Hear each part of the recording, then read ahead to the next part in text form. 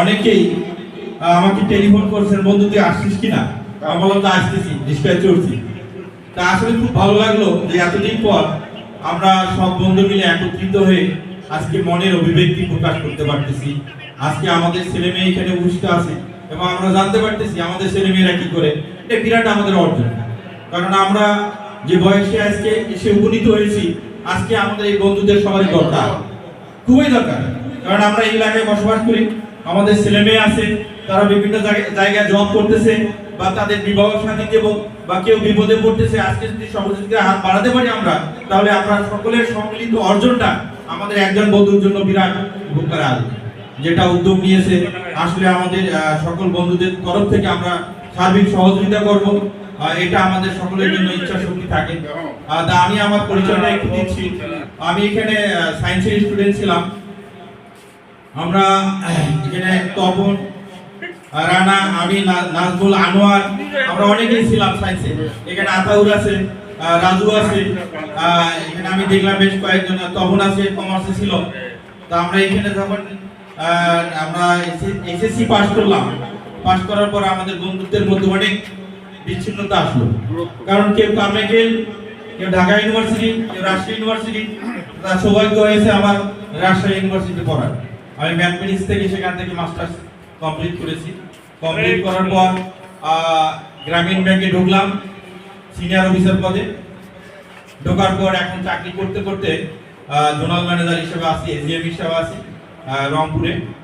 রংপুরের দায়িত্ব আছি। রংপুরের 5টি উপজেলা আমি দেখাশোনা করি, সেখানে 56টি শাখা আছে। আপনারা আমার জন্য দোয়া করবেন।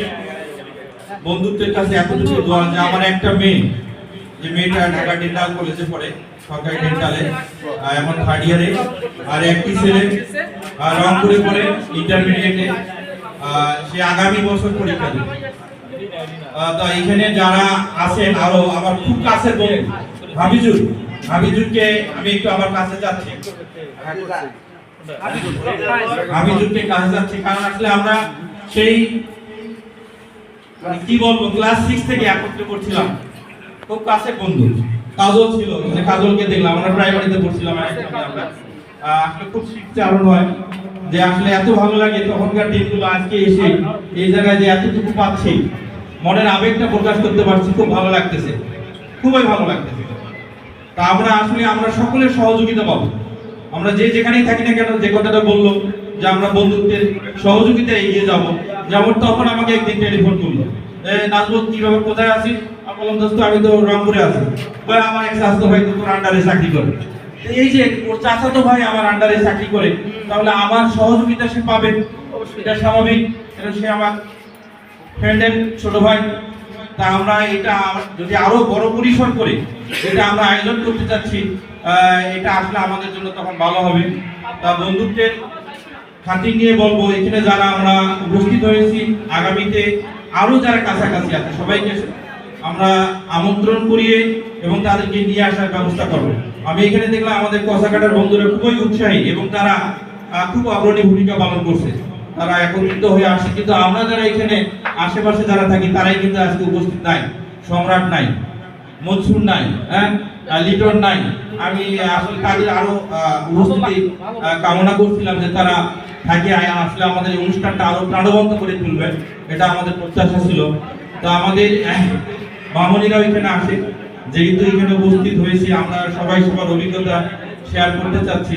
আসলে সেই ক্লাস 9-এ একটা কবিতা লিখেছিলাম আমি, তখন একটু লেখালেখির মধ্যে খুব পারদর্শী ছিলাম।